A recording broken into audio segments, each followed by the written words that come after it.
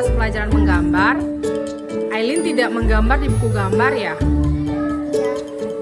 Mengapa, Ai?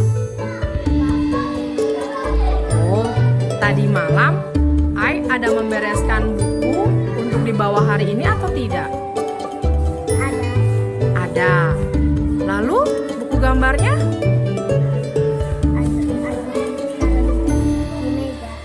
Oh, jadi Aileen ketinggalan, lupa ya, nggak dibawa ya. Oke. Tadi Bu Yanti sudah lihat gambarnya Ai. Gambarnya Ai bagus ya. Gambarnya Ai sudah selesai. Bu Yanti sudah nilai karena gambar Ai bagus. Hanya sayangnya Ai tidak menggambar di buku gambar. Semoga kedepannya Ai tidak lupa ya untuk membawa buku sesuai jadwal pelajaran. Boleh, Ai? Oke. Kalau Aileen menggambar tetapi tidak di buku gambar itu, menurut Ai melanggar kesepakatan atau tidak? Menurut Aileen, kesepakatan kelas yang kita miliki harus dipatuhi atau tidak? Harus dipatuhi ya. Nah, supaya Aileen tidak melanggar kesepakatan kelas, apa yang harus Aileen lakukan? Membawa buku sesuai jadwal buku. Betul, Nak. Jika tidak membawa pelajaran sesuai jadwal pelajaran, seperti hari ini berarti Aileen sudah melanggar kesepakatan kelas ya, Nak. Semoga kedepannya Aileen tidak lupa lagi ya. Esra, ngana tahu kenapa sampai ngana ibu panggil? Tahu. Lantaran ngana de baking ini salah atau enggak? Salah. Ya salah. Mar, bukan cuma ngana yang pernah baking salah. Semua orang pernah baking salah. Jadi, ibu ingin tahu kenapa Esra kok sampai nyandak baking PR? Lupa. Ya ampun, iya. Namanya juga kan tuh orang manusia, Kang. Jadi sering lupa. Nah, lantaran Esra lupa baking PR, kira-kira apa yang Esra boleh mau baking for tebus ini Esra pe kesalahan? Bersih kelas. Bersihkan kelas. Jadi kalau misalnya Esra nya ndak buat PR, Esra mau Bersih kelas. bersih kelas. Kon terus tuh PR dah.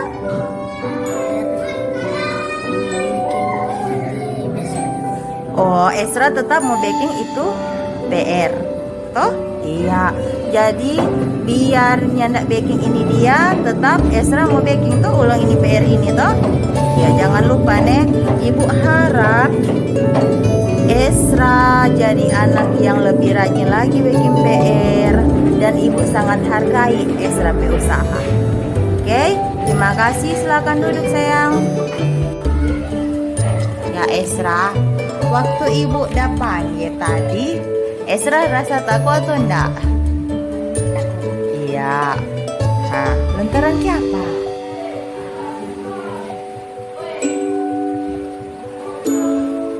Lantaran siapa? Esra pikira Ibu mau marah? Iya. Nah, serta Ibu tanya. Serta itu kan Ibu udah tanya-tanya toh. Apa Esra rasa takut atau enggak? Enggak. Iya. Sekarang Ibu mau tanya dong. Lantaran Esra nyandak bikin PR. Jadi Ibu udah tanya toh. Apa Esra menyesal nyandak bikin PR? Menyesal. Jadi apa kau Esra pe usaha tadi supaya mau tebus Esra pe kesalahan? Bersih kelas dengan harus apa kau Bikin PR. Iya, bikin PR dengan lebih apa? Rajin. Lebih rajin lagi nih. Oke, saya janji. Janji. Tablah.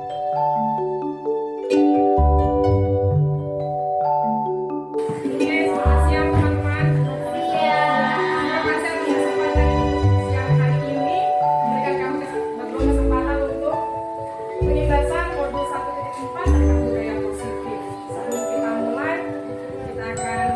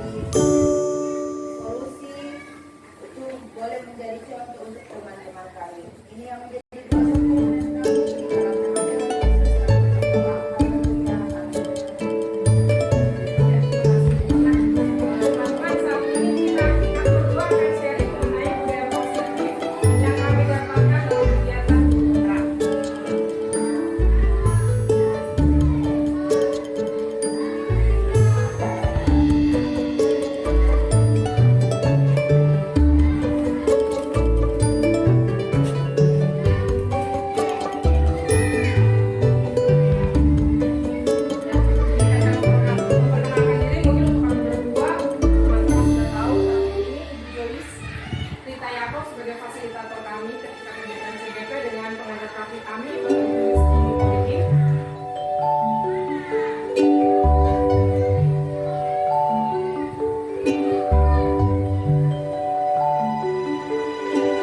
Nah, konsep utama pada produk budaya positif itu ada beberapa: perubahan paradigma belajar, disiplin positif, kebutuhan dasar manusia, motivasi perilaku manusia, 5 posisi kontrol di sini sebagai guru yang akan dituangkan dalam restitusi, lalu keyakinan kelas dan sedikit dari restitusi.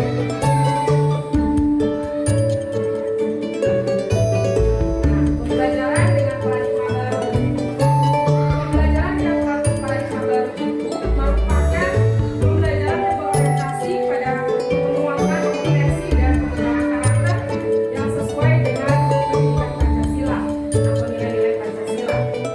Nah, yang dirancang berdasarkan prinsip pembelajaran yang terdiferensiasi sehingga setiap siswa belajar sesuai dengan kebutuhan dalam tahap perkembangannya. Biasanya kalau orang selama ini pembelajaran sebelum adanya kurikulum merdeka, yang penting orang kasih secara nasional. Yang penting orang sudah menjelaskan ilmu, tapi pada paradigma baru ini kita diajak untuk lebih memahami karakteristik dan kebutuhan peserta didik untuk mewujudkan profil pelajar Pancasila. Nah, kita akan belajar tentang disiplin positif. Biasanya dalam pembelajaran lalu yang namanya disiplin itu orang kasih kekerasan, orang kasih ancaman, hukuman, ini sebuah disiplin hingga akhirnya anak-anak atau kita sendiri patuh atau takutan. Tetapi di sini kan belajar tentang disiplin positif, di mana orang sebagai pendidik bertujuan untuk menciptakan anak-anak yang memiliki disiplin, tapi dari dalam dirinya, kesadarannya sendiri, bukan karena takut ada hukuman dan sebagainya. Nah, disiplin positif adalah satu cara penerapan disiplin tanpa kekerasan dan ancaman. Itu yang harus orang garis bawahi, bahwa pembelajaran disiplin positif itu tanpa kekerasan dan ancaman, yang dalam praktiknya melibatkan komunikasi tentang perilaku yang efektif antara guru dan murid. Jadi lebih mengedepankan komunikasi kita bersama murid, sehingga dapat menunjukkan kesadaran anak untuk melakukan suatu tindakan dia,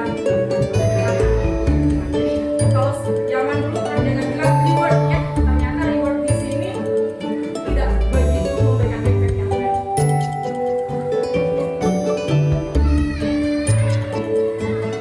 Nah, disiplin positif ini akan melahirkan nilai-nilai kebajikan yang telah dikenal di 6 dimensi profil pelajar Pancasila. Ada beriman, bertakwa pada Tuhan Yang Maha Esa dan akhlak mulia, berkebudayaan global, gotong royong, mandiri, kreatif dan bernalar kritis. Nah, seperti orang, kalau boleh orang nyanyikan itu ya Riel, nilai-nilai kebajikan, boleh? Boleh kita seperti itu ya. Sama-sama dulu menyanyi profil pelajar Pancasila. 1, 2, 3. Pelajar Pancasila beriman dan bertakwa pada Tuhan Yang Esa dan berakhlak mulia, berkebinekaan global, gotong royong mandiri, kreatif dan bernalar kritis. Nah, itu semua dari yang orang berprofil. Boleh dulu. Terima kasih. Tepuk tangan buat kita semua. Nah, nilai-nilai yang tadi orang nyanyikan diharapkan akan muncul karena adanya disiplin positif ini. Jadi sadar sendiri bahwa anak akan mencapai ke nilai-nilai ini.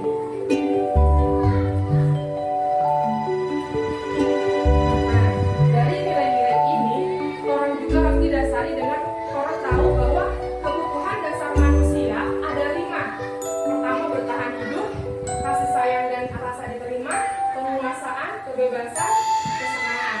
Bukan hanya kita yang sudah dewasa berpikir akan bertahan hidup, tapi orang murid atau murid kita juga membutuhkan kebutuhan dasar ini, yaitu bertahan hidup. Ya.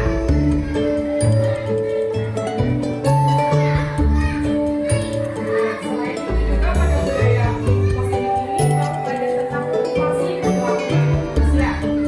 Motivasi adalah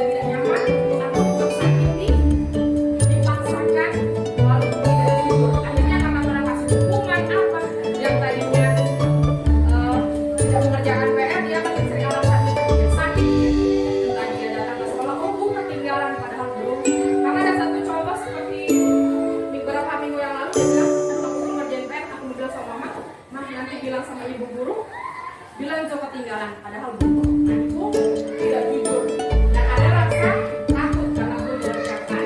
Lalu rendah diri, mungkin akan jauh dari teman karena dia tidak pernah mengerjakan tugas. Lalu penghargaan. Mengapa penghargaan dikatakan menggagalkan disiplin?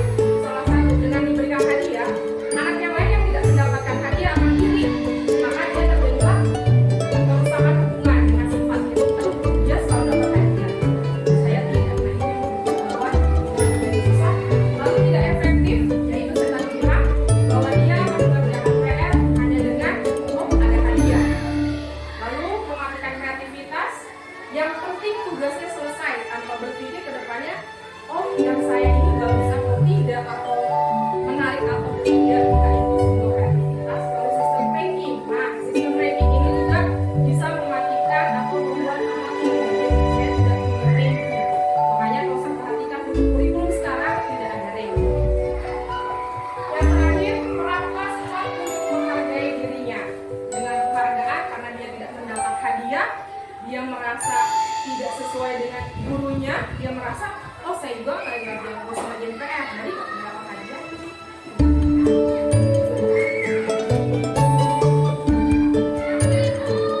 Lalu konsep disiplin dengan identitas sukses. Di sini ada konsekuensi dan eksekusi. Nanti akan dijelaskan oleh teman saya.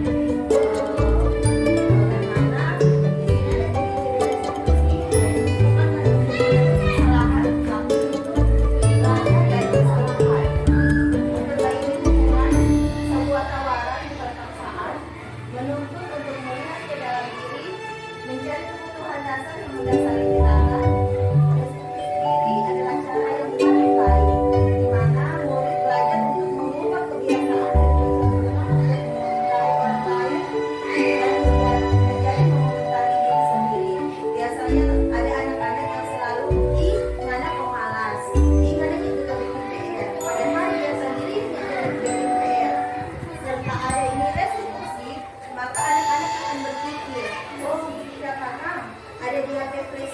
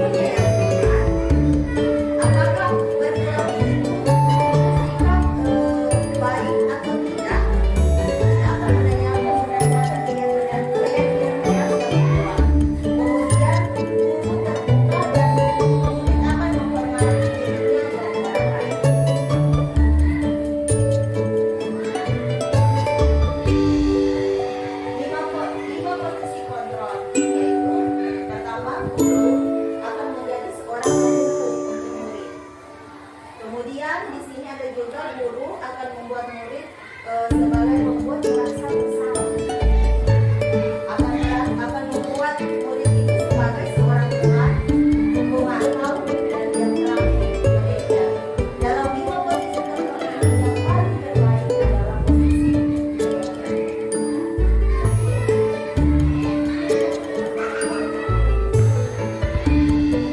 dan 5 contoh posisi kontrol. Pertama, tertutup. Yang patuhi aturan saya atau awas. Atau juga biasa teman juga bilang, kamu selalu saja salah. Atau juga selalu, pasti selalu yang terakhir selesai.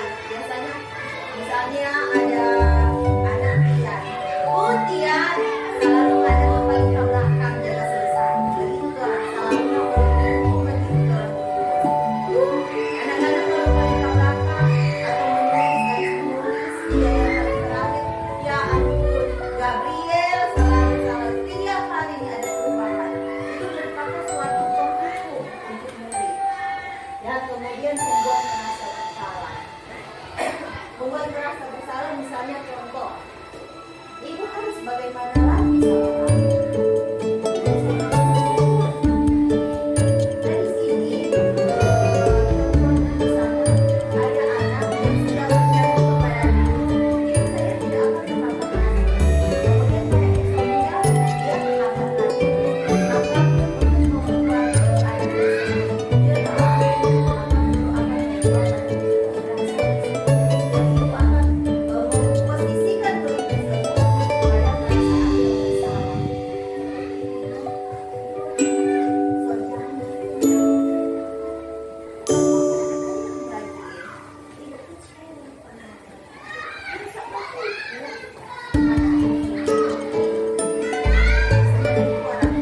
Biasanya kalau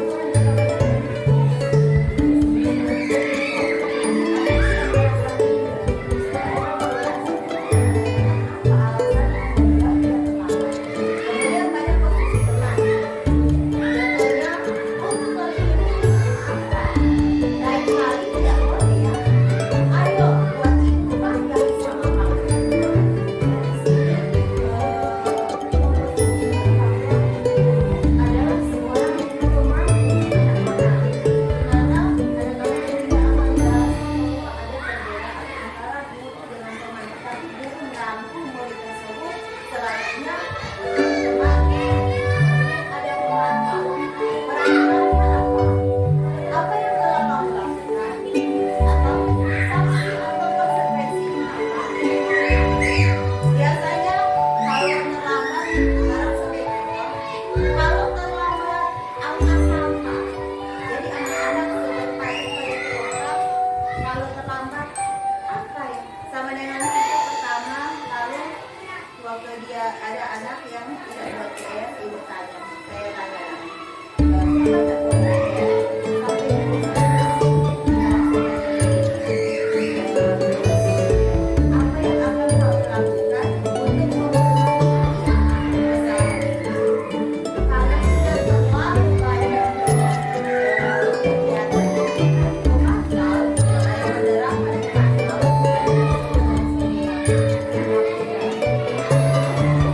padahal ini tidak membuat PR, tapi konsekuensinya dia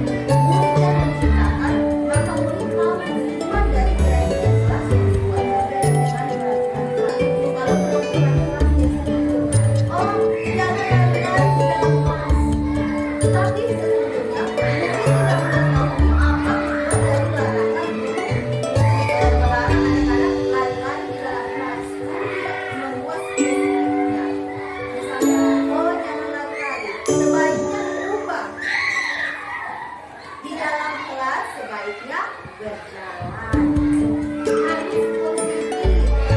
Jangan kebanyakan kalau kita buat jangan berlari-lari. Pada kenyataannya banyak sekali anak yang berlari-larian di dalam kelas. Maka kita akan sebaiknya kita ubah keyakinan kelas kita, misalnya di dalam kelas sebaiknya berjalan perlahan. Maka anak akan mengingat, oh di dalam kelas berjalan.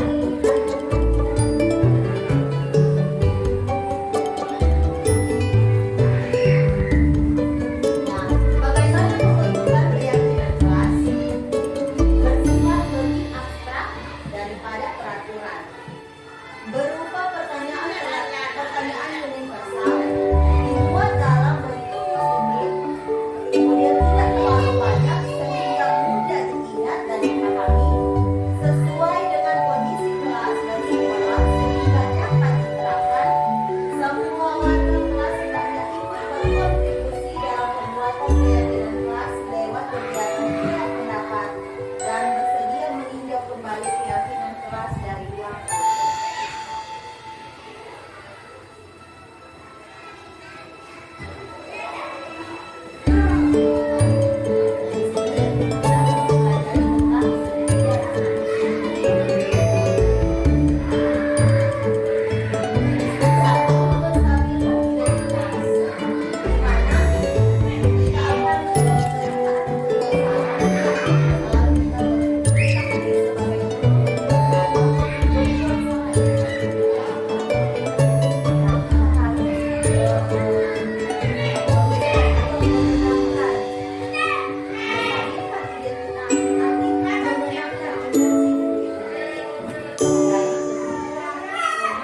Kebanyakan kalau dalam masalah atau dalam suatu pelanggaran, maka emosinya juga akan stabil, tidak akan diamankan, tidak akan emosi. Makanya tugas dari guru adalah menjadi emosi dari maka guru dapat membuat dengan menanyakan.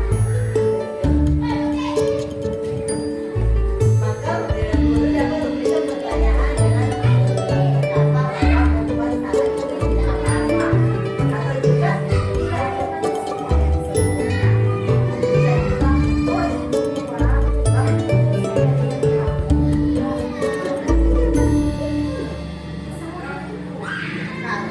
ada manusia yang sempurna.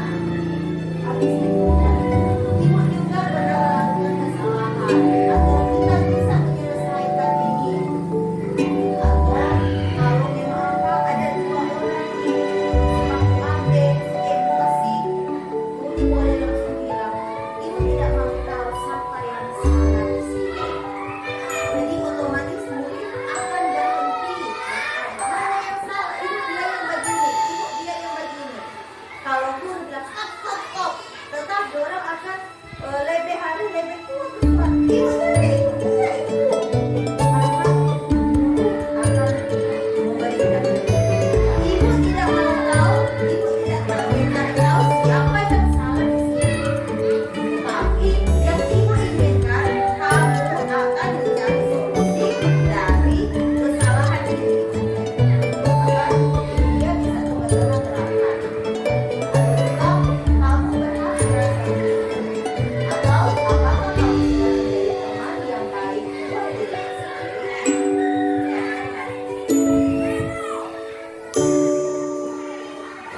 Kemudian pada sisi yang kedua yaitu validasi tindakan yang salah. Pada sisi ini teman-teman bisa menanyakan murid, adakah kamu bisa melakukan dari dia? Atau kamu pasti punya alasan kenapa melakukan atau kamu patut apa pada diri sendiri karena kamu telah mengikuti sesuatu yang penting tadi. Atau kamu boleh bertahan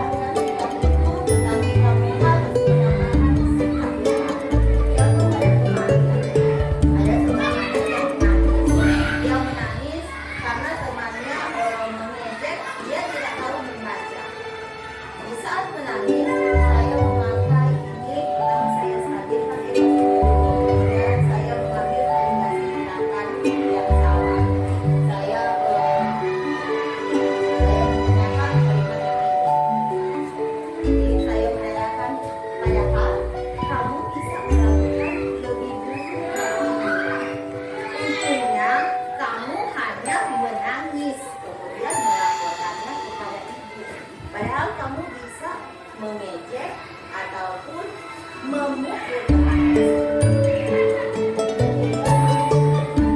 Pada sisi yang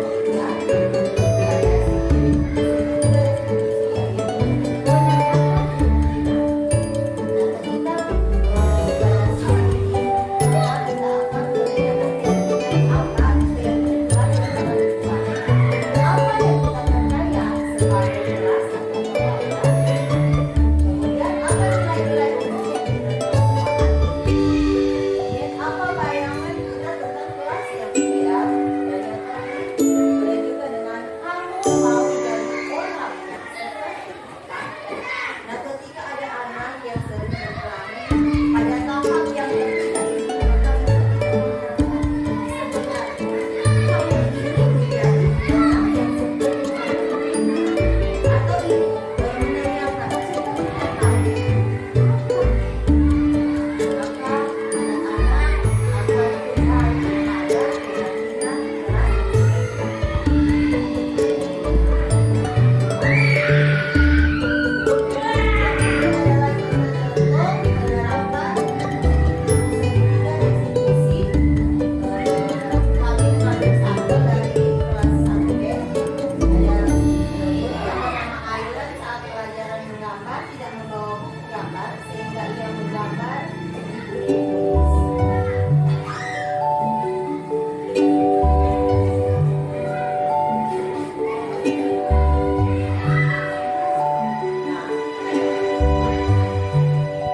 demikianlah pemaparan kami tentang budaya positif dan kiranya ini bisa teman-teman boleh praktekkan dalam kelas teman-teman masing-masing. Atas waktu dan kesediaan dari teman-teman, kami berdua ucapkan terima kasih. Dan kegiatan ini akan kami tutup dengan doa. Kali ini saya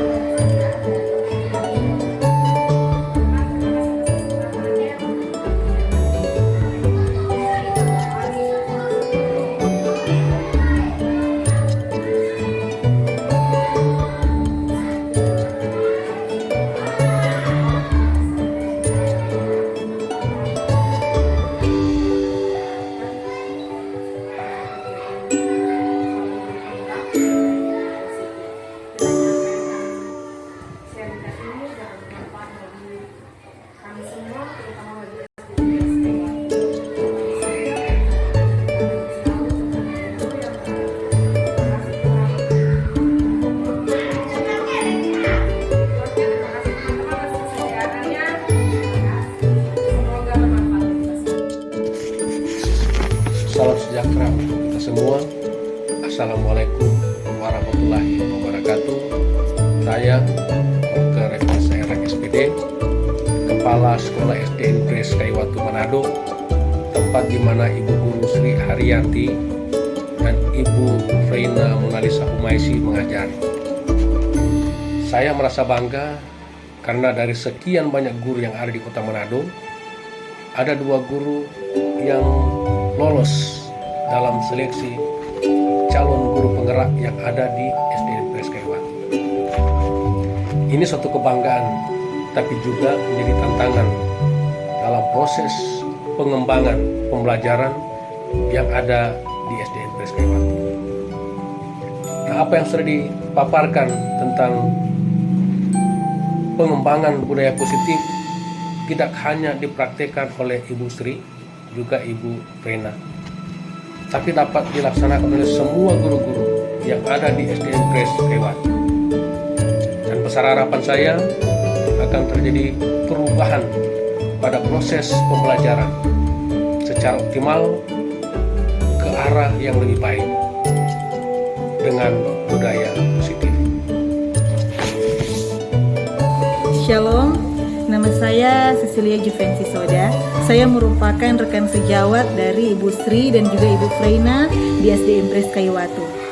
Dari pemaparan mereka berdua mengenai budaya disiplin, menurut saya itu sangat bagus untuk diterapkan di sekolah kami ini, terutama disiplin positif untuk siswa. Di sekolah kami, siswa sangat disiplin, akan tetapi disiplin yang mereka lakukan bukan dari kesadaran mereka sendiri, melainkan karena ancaman, karena hukuman, bahkan karena reward yang guru berikan. Dan dari sini juga, dari pemaparan ini, kami juga sebagai guru sangat senang karena bisa mengetahui cara memposisikan diri kami lewat 5 posisi kontrol yang ada, dan juga cara kita menanamkan perilaku disiplin positif dalam diri siswa dan juga dalam diri kami sebagai guru.